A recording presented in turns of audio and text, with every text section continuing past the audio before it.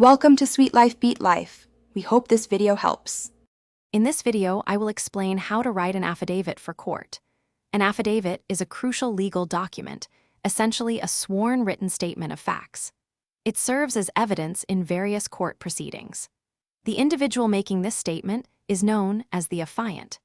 It's absolutely vital that this document is signed in front of a notary public or another authorized official, who then verifies your identity and witnesses your signature. This step ensures the document's legal validity and authenticity in court. When drafting your affidavit, begin by including the case name, the specific court, and all parties involved at the very top.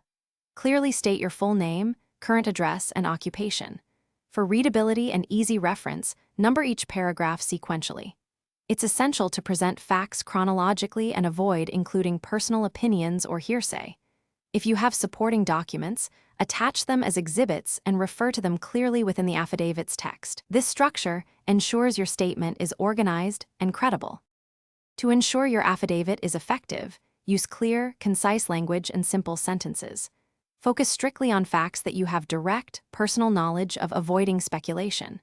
Before finalizing, proofread the document meticulously for any grammatical errors, spelling mistakes, or typos. Consistency in dates, times, and names is paramount for credibility. Maintain an objective and professional tone throughout the entire document. A well-written affidavit, free of errors, significantly strengthens your case and helps the court understand your statement. The final steps are critical for your affidavit's legal standing. You must sign the document in the physical presence of a notary public or a commissioner of oaths.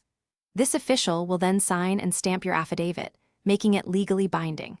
Before filing, make several copies, one for your personal records and others for any opposing parties. Finally, file the original affidavit with the court clerk, ensuring you adhere to all court rules regarding submission deadlines. This completes the process, making your sworn statement official. Thanks for watching. Consider subscribing if we helped you.